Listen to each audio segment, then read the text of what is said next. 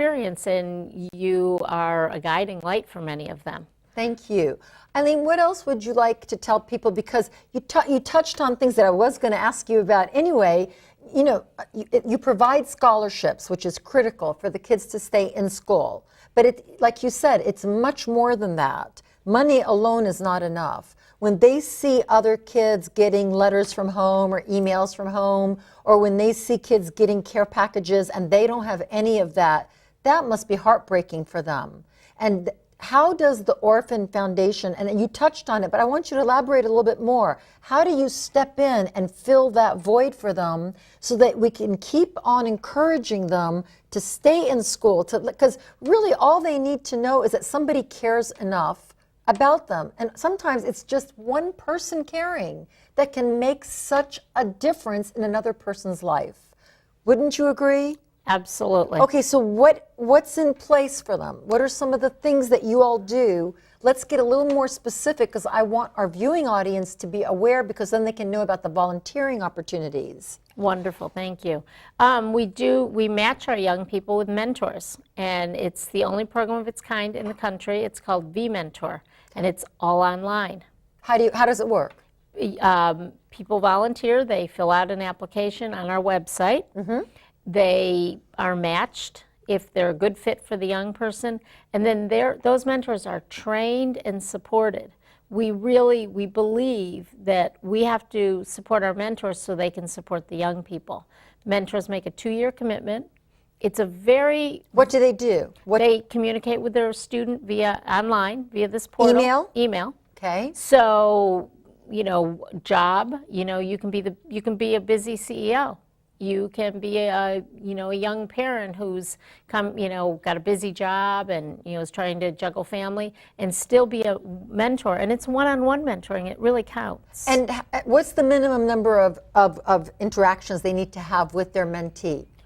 At least once a week. Okay, so that's the timeline. Yep. Yep. All right. So that's and I would like to add that I have done this. I have volunteered. I think when the program first came out, I was one of the original mentors, and I had a person who I am so proud to say graduated with a master's degree.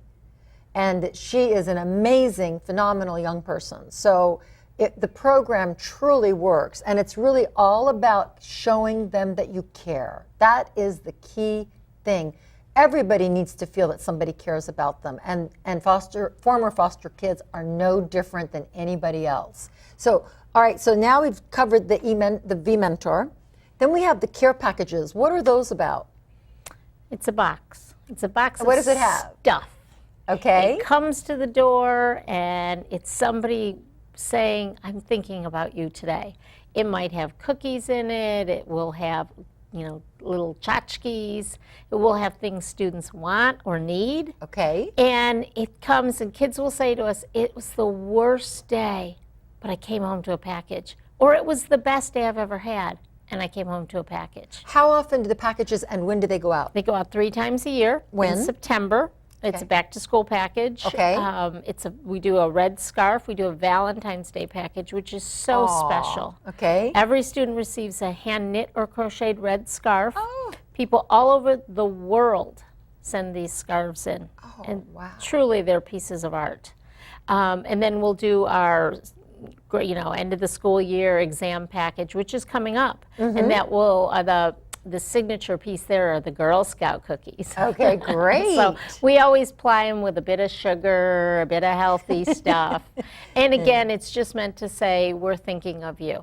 That is wonderful. And isn't there a book in there too that teaches them something about the future and what they need to know? Well, yes, as a matter of fact, our dear friend, our talented and respected author friend, Sheila Savar, has donated several copies of her books, and people are buying the books via our website to include in each package. And it's very important because our kids really don't have anyone teaching them the ropes, helping them think strategically. And I want to add something to that.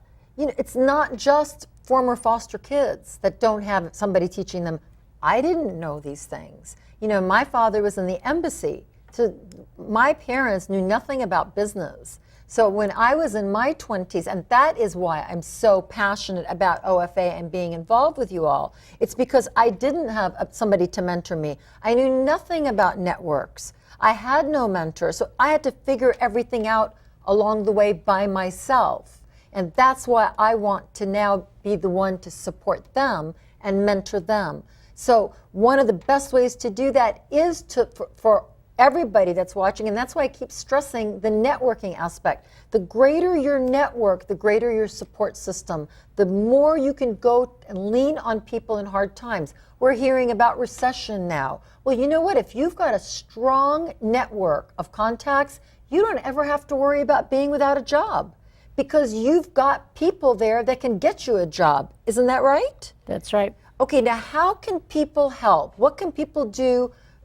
Volunteering. And we do have that up on the screen so that anybody that wants to get involved with this very worthwhile organization can please contact the information on the screen and volunteer your time, your services, whether you want to be a V-mentor or care package provider. They fill care packages and they look for people 3 times a year to help fill up these care packages, correct? That's right. That's right. Okay. Any last things you want to say about OFA or to the volunteers or the viewing audience? Well, I think volunteering is you give and you get. And one of the things you get when you're part of an organization is you can hone some skills you may not have had the opportunity to practice, but you're interested in, so it can be help you explore careers.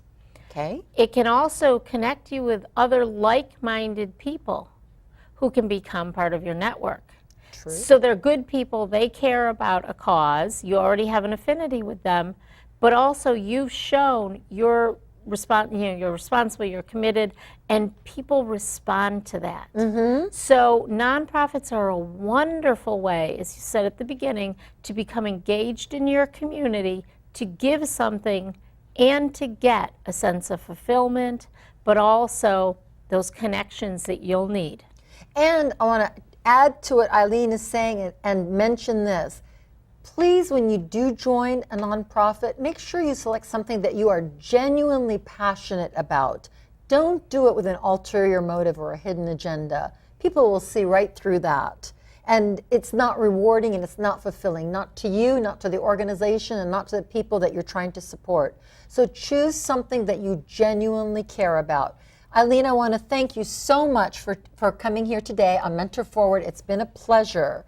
And I appreciate it very much. The pleasure was mine. Thank you. Thank you.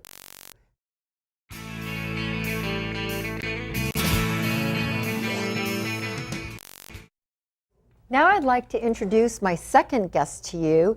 This is Larissa Fike, and she is a former foster child and a scholarship recipient for the Orphan Foundation of America. What would you like to share with us, Larissa? I'm going to turn it over to you and let you just share whatever you would like about your story. Okay, certainly. Well, my journey through the foster care system started when I was 10 years old. Okay. I was placed out of my biological family's home, and I was put into the foster care system. And by the age of 13, I had been placed in 3 separate homes. At the age of 13, I was in my 3rd home with a single foster parent, first-time parent, mother, and adopted by this mother just after my 16th birthday. So that's sort of where it ends. And she has become sort of my all-time and most valuable mentor in my life, and has truly added to so much of my network and opportunities today. That is wonderful. So tell me, where are you today? What are you doing? You are still a scholarship recipient of the Orphan Foundation, correct? I am, correct. Okay, and are you in school right now? I am, yes. Where are you at school? I'm at the George Washington University. And what year are you in? I'm a senior. Oh, that is wonderful. I'm in my 4th year, yes. Wonderful. When do you graduate? May or? Yes. You do? Yes. Okay, and what is your field of study? Communications and public relations. Oh, that is terrific. And you were in the internship program, weren't you? I was. And where were you, how did it benefit? Tell us how it benefited. Okay. Or did it benefit you? Oh, certainly, yes. And in what way? Well, my adoptive mother works for the Colorado Department of Human Services. Okay. And she was sent an email about this internship program for former foster youth. And the criteria is it's for either foster children who are aging out of the system at